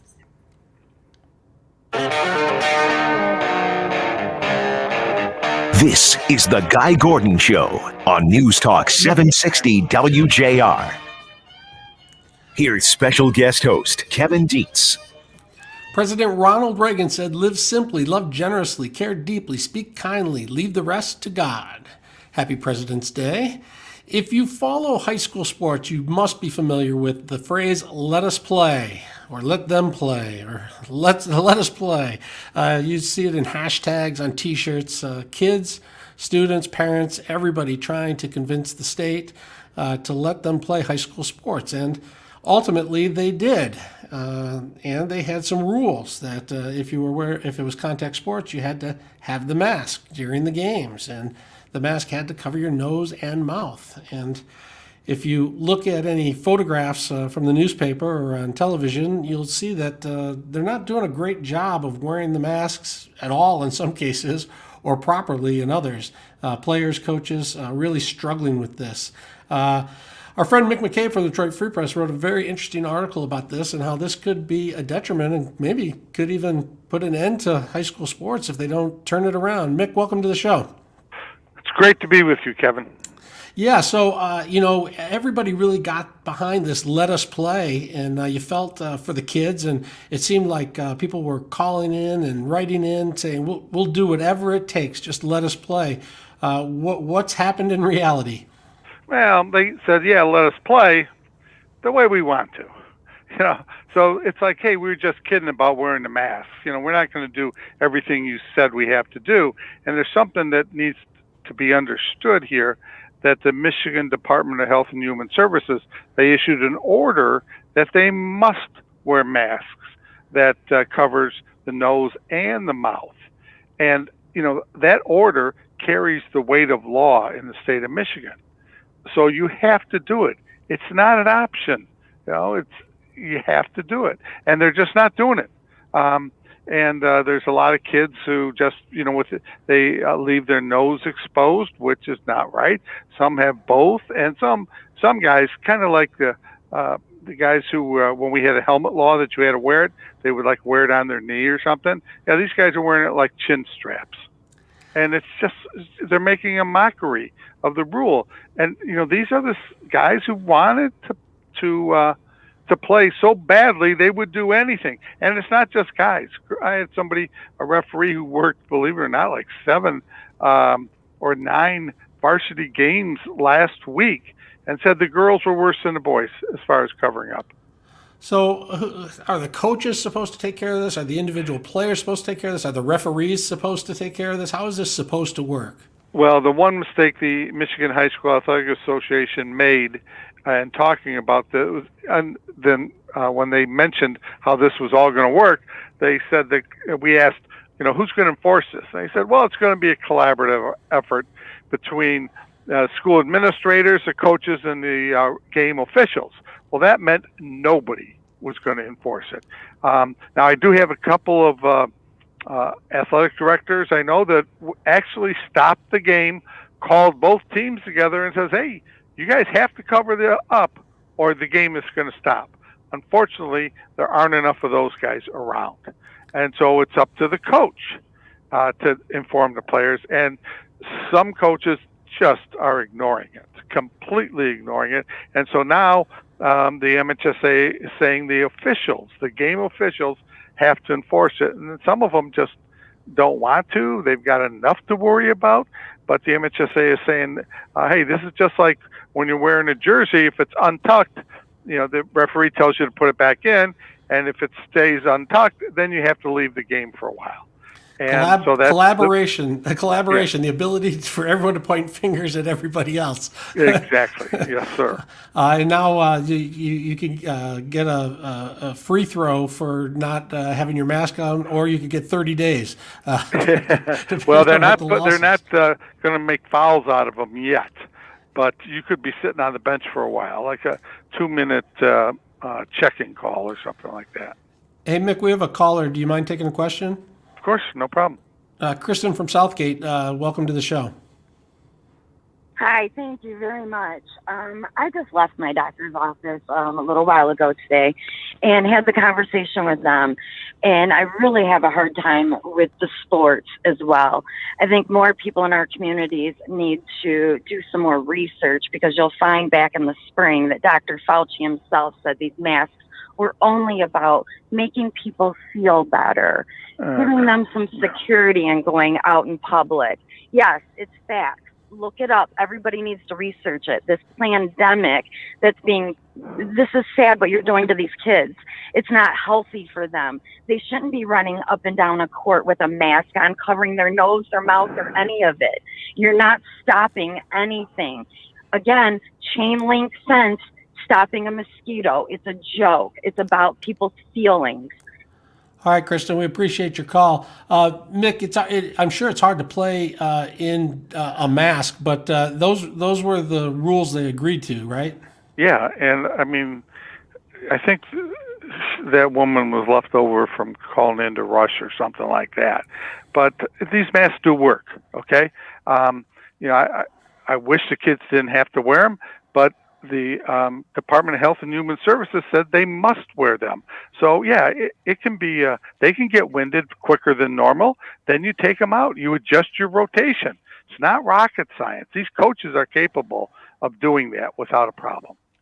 Is there any real threat of canceling sports again if they don't pull it together? Oh yeah, absolutely. I mean, the governor paused volleyball and football, for 8 weeks during the middle of the state tournaments.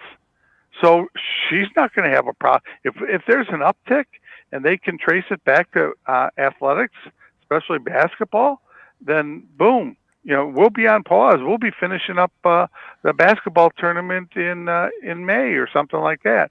Now, wrestling is a sport that doesn't require masks, but they're getting tested every day of competition.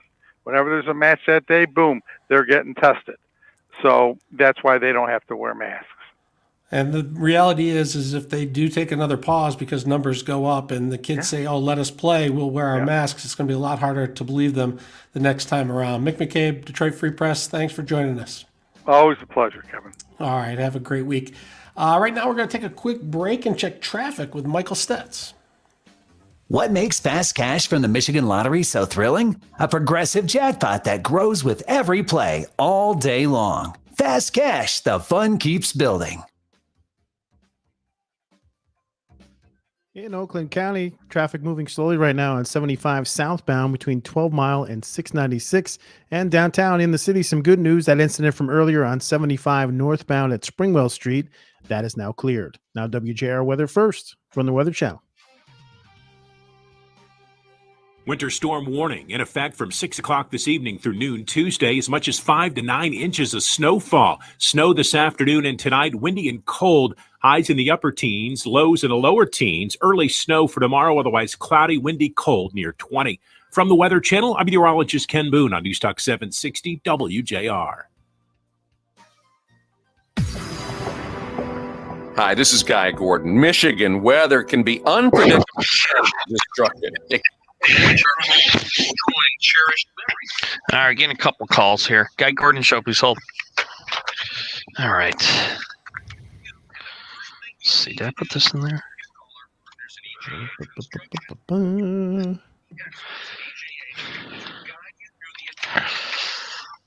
What part of Florida did you go to, Kev?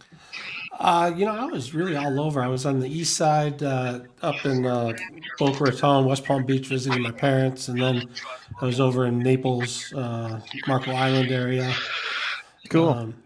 Yeah, it was nice to be in the warm weather. That's for sure. Yeah, you come back to this. Yeah, but you know what? You get a little break in the middle of February, and then you're like, this is fine. I can get to March. Yeah. It's 2 weeks. But when you have to go through that whole winter without seeing any sun, that gets to me. Well, actually, you got to at least mid-April, because I still consider most of March and early April to be winter. Right. I'm okay once we get to March. I feel like I know it's going to be snowy and things are going to happen, but I can get through it. It's January, February, just that's winter for me. The rest is whatever. Yeah, like I said, we're paying for January now to February. January is almost like another fall.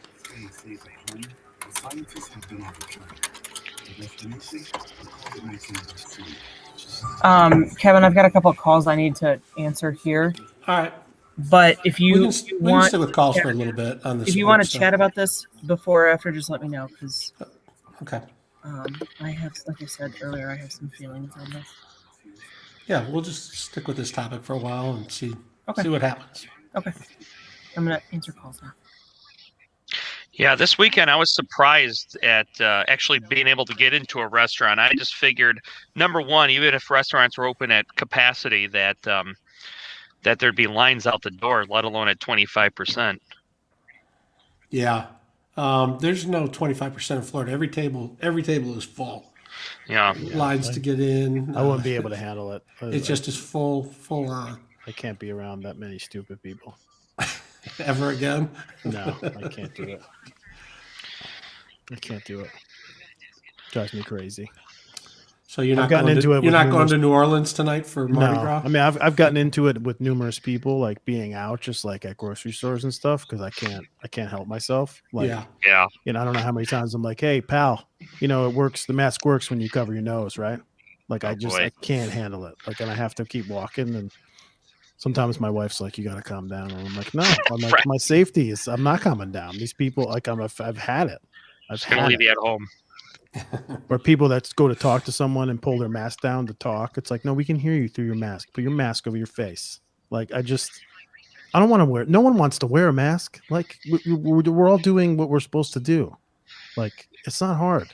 You get these macho dummies. I was in the gas station a couple of weeks ago, and then I have to watch it, because it's like, I want to go enjoy the rest of my Sunday. I don't feel like getting into a brawl.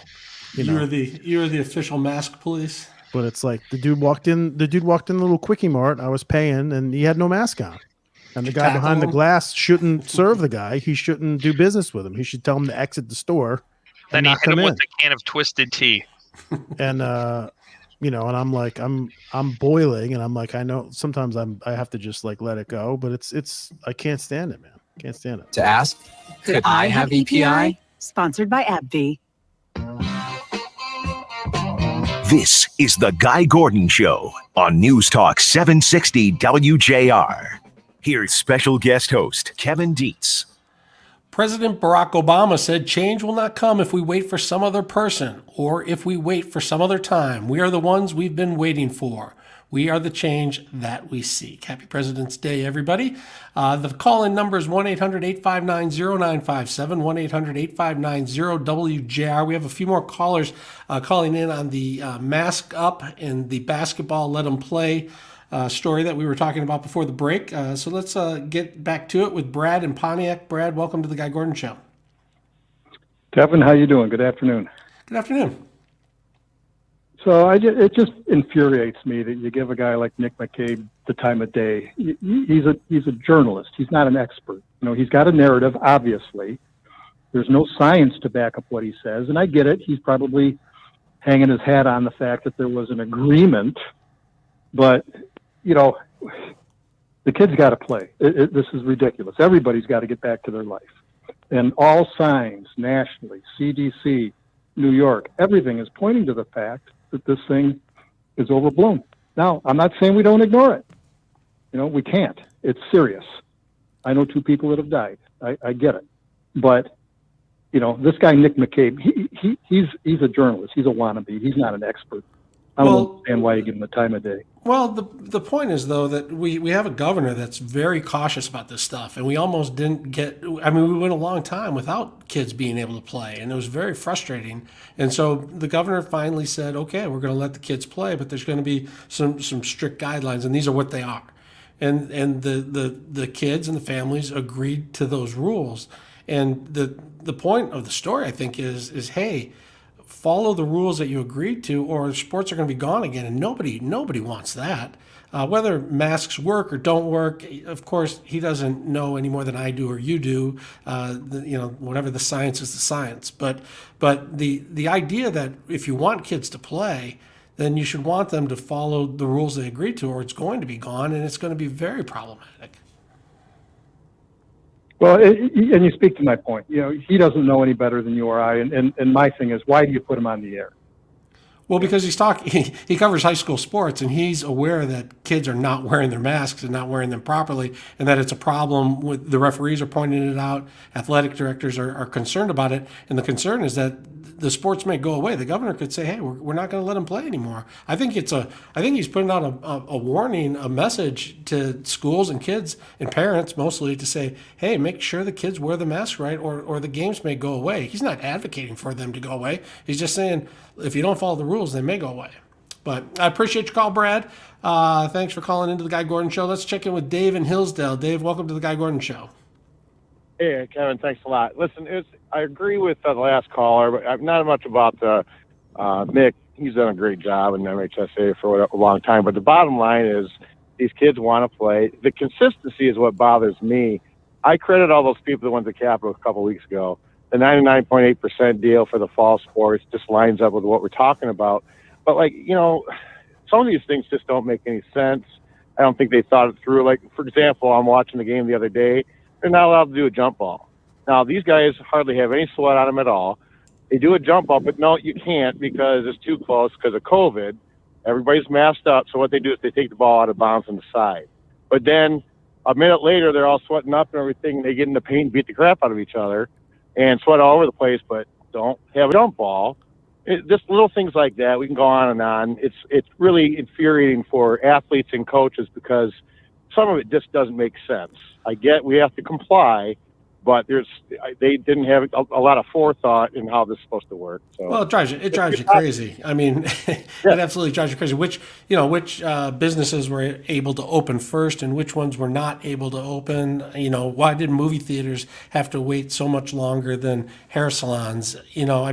Is there really science behind all of this? And exactly. I do think the science shows that kids are not getting violently sick and dying, and their ability to transfer COVID to adults may be lower. But to me, I want to watch these kids play. I have a niece that just won a state championship in volleyball, and that whole experience might not have happened, and that would have been infuriating. And do they need to wear a mask out there? I don't know, but the thing is, if they're going to pull sports, if you don't, then I I would hate to see that happen. Yes, I agree. Thank you. All right, Dave, thanks for calling. It is New Orleans' turn to try and not be a COVID super spreader as they celebrate Fat Tuesday without the typical 50-plus parades. But there's going to be plenty of party going on tomorrow. Megan Boudreau, an insurance agent in New Orleans, says that she decided, she's going to decorate her house instead of having parades. Pull some beads out, she said, of the attic and throw them at the neighbors. She posted her idea on social media, thinking maybe a couple of her neighbors or friends might do the same thing. Well, it kind of blew up, as things often do on social media. And now, 2 days later, she has 1,000 new followers, and 3,000 people have signed up to deck out their homes for the holiday. And they will be raising money for bars, restaurants, and hotel employees. So we'll be watching that to see what happens in New Orleans. Will that be a super spreader? Will those parades be a thing of the past, or should they be able to have them? And if they did have them, should they all have to mask up and social distance? That's what we're talking about. Let's check in with Tony in Canton. He wants to talk about sports and masks. Tony, welcome to the Guy Gordon Show. Good afternoon. Thanks for taking my call.